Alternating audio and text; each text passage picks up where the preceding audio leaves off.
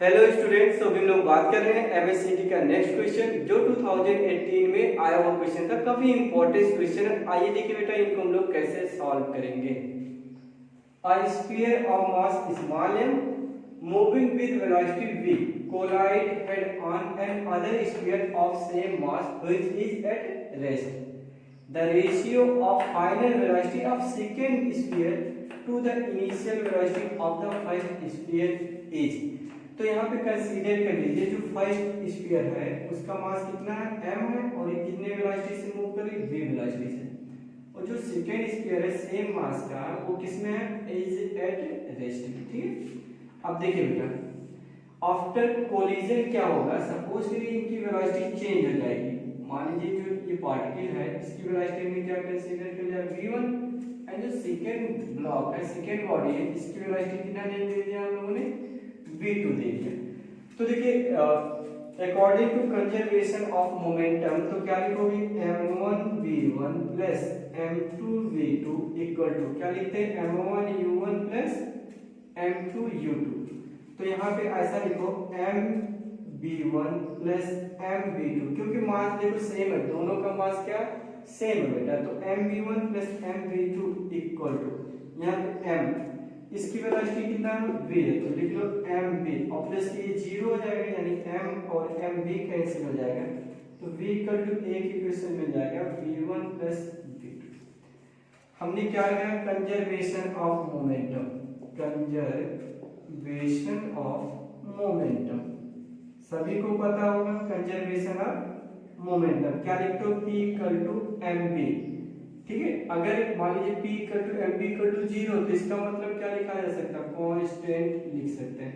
Constant का मतलब m1v1 equal to m2v2 ऐसा लिख सकते हो। ठीक, देखिए ये भी हम लोग को पता होता है कि वेलोसिटी ऑफ सेपरेशन, कौन सा फार्मूला लगाओगे, velocity of separation equal to e times velocity of approach.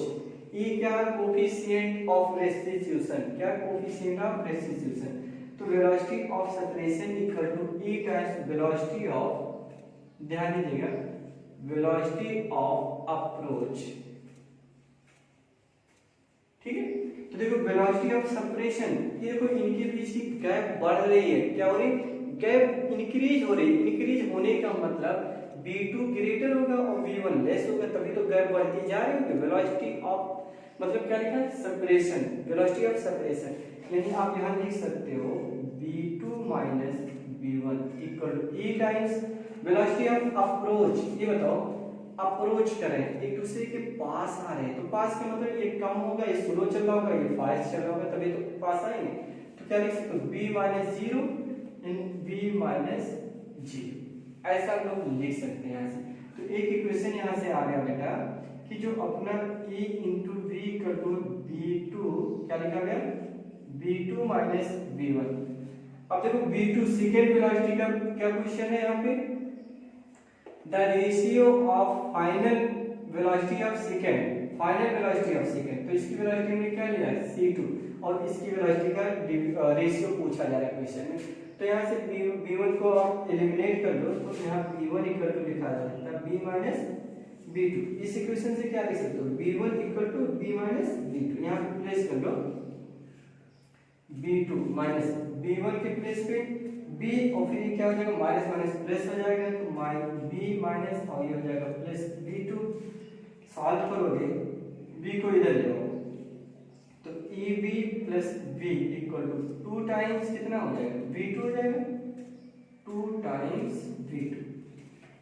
तो यहाँ से देखो बेटा b हम लोग कॉमन ले लेंगे। देखिए स्पेस यहाँ पे थोड़ा सा कम पड़ रही मेरे लिए, तो इसको मैं यहाँ कैलकुलेट कर दे रहा हूँ। तो यहाँ देखो b कॉमन हो जाएगा, तो बचेगा e plus 1 equal to 2 into v2।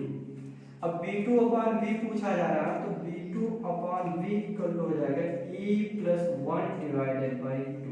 ये रहा इस सॉल्यूशन का आंसर। तो आई होप ये वीडियो आपको समझ में आई होगी, कॉन्सेप्ट आपको समझ में आया। छोटा सा कॉन्सेप्ट क्या लगाना है आपको, कभी भी ऐसा क्वेश्चन आए कोलिजन में तो आप क्या, पहला दो इक्वेशन आप पहला इनका में बनाइए, कंजर्वेशन ऑफ मोमेंटम, तुरंत पहले बगैर सोचे समझे कंजर्वेशन ऑफ मोमेंटम लगाओ। क्या होगा m1 v1 plus m2 v2, यानी आफ्टर कोलिजन क्या लिख सकते हैं यहाँ पे, after collision equal to before collision. ठीक है, आफ्टर कोलिजन बिफोर कोलिजन, तो मोमेंटम ये फाइनल हो गई इनिशियली सॉल्व किया जो भी इक्वेशन बना। फिर उसके बाद ये न्यूटन्स लॉ ऑफ कोलिजन एक करके एक फार्मूला आता है, या बच्चे ऐसे नाम रखते हैं कि velocity of separation equal to e times velocity of approach. ठीक, या ऐसे भी लिख सकते हो आप, देखो e इक्वल टू ये चीज velocity of separation velocity of approach, ये लिख सकते हो। तो इसको यूज करो यहाँ से, और ये क्वेश्चन में गिवन है कि इसका जो कोफिशिएंट ऑफ रेस्टिट्यूशन है कितना है, e है, तो e की फॉर्म में आंसर आ गया फाइनल ये होगा। तो चलिए गाइस अब मिलते हैं हम लोग सेकंड क्वेश्चन के नेक्स्ट क्वेश्चन के साथ। तब तक के लिए आप इनको प्रैक्टिस करिए और भी जितने सेट में क्वेश्चन आप अटेम्प्ट करते रहिए ताकि आपको और भी ज्यादा हेल्प मिल सके। चलिए गाइस बाय बाय।